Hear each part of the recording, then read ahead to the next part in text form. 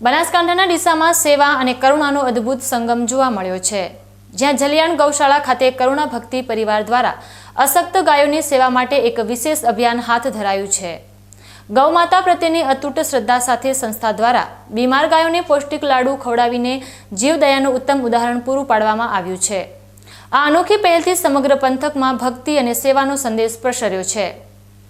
ડીસાની જલિયાણ ગૌશાળામાં આશ્રય લઈ રહેલી 300થી વધુ બીમાર અને અશક્ત ગાયો માટે ભરતભાઈ ઠક્કર અને તેમના કરુણા ભક્તિ પરિવાર દ્વારા 400 કિલો શુદ્ધ લાડુ તૈયાર કરવામાં આવ્યા હતા।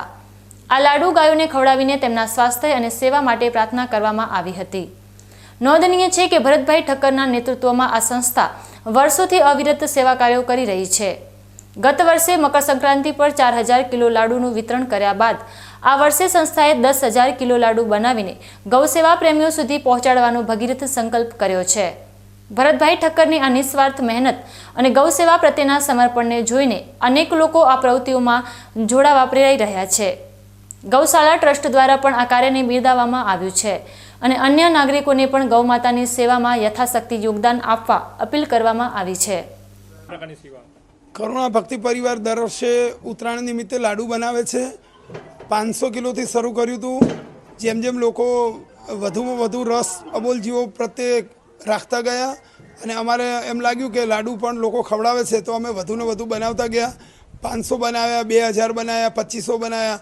ગયા વર્ષે 4000 કિલો બનાવ્યા તો પણ ખૂટી ગયા। આ વર્ષે અમે 10,000 કિલો લાડુ બનાવવાના છીએ, જેમાં 150 ડબ્બા તો તેલ વાપરવાના છીએ। એનું કામ ધમધોકાર ચાલુ છે। 2 ટીમો લાગેલી છે, 15 મજૂરો સાથે રાખી અને આ કામ થઈ રહ્યું છે, જેમાં 6000 કિલો ઘઉં અને 2500 કિલો જેટલો ગોળ પણ વાપરવાના છીએ। આજે 400 કિલો લાડુ બનાવ્યા છે, તેમાં શું શું કઈ પ્રકારનો ઉપયોગ થયો છે અને કેટલી ગાયોનો લાભ લીધો છે? આ ગામડાવાળા પણ અમારા ત્યાંથી લઈ જાય છે। અહીંયા આજે અમે 400 કિલો લાડુ લઈને આવ્યા છીએ, જે બીમાર ગાયોને અહીંયા બધાને પીરસવામાં આવ્યા।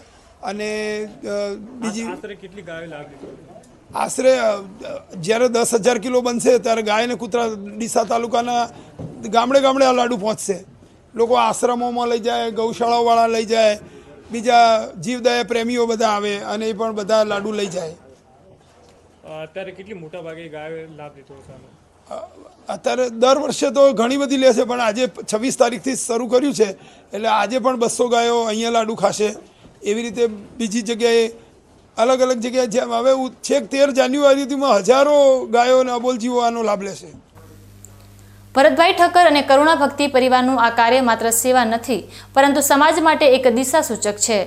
ગૌ માતાને રાષ્ટ્રમાતાનો દરજ્જો આપવાની વાતો વચ્ચે જ્યારે કોઈ વ્યક્તિ કે સંસ્થા આ રીતે જમીની સ્તરે ઉતરીને બીમાર પશુઓની પીડા હરવાનો પ્રયાસ કરે છે, ત્યારે ખરા અર્થમાં માનવતા સાર્થક થાય છે।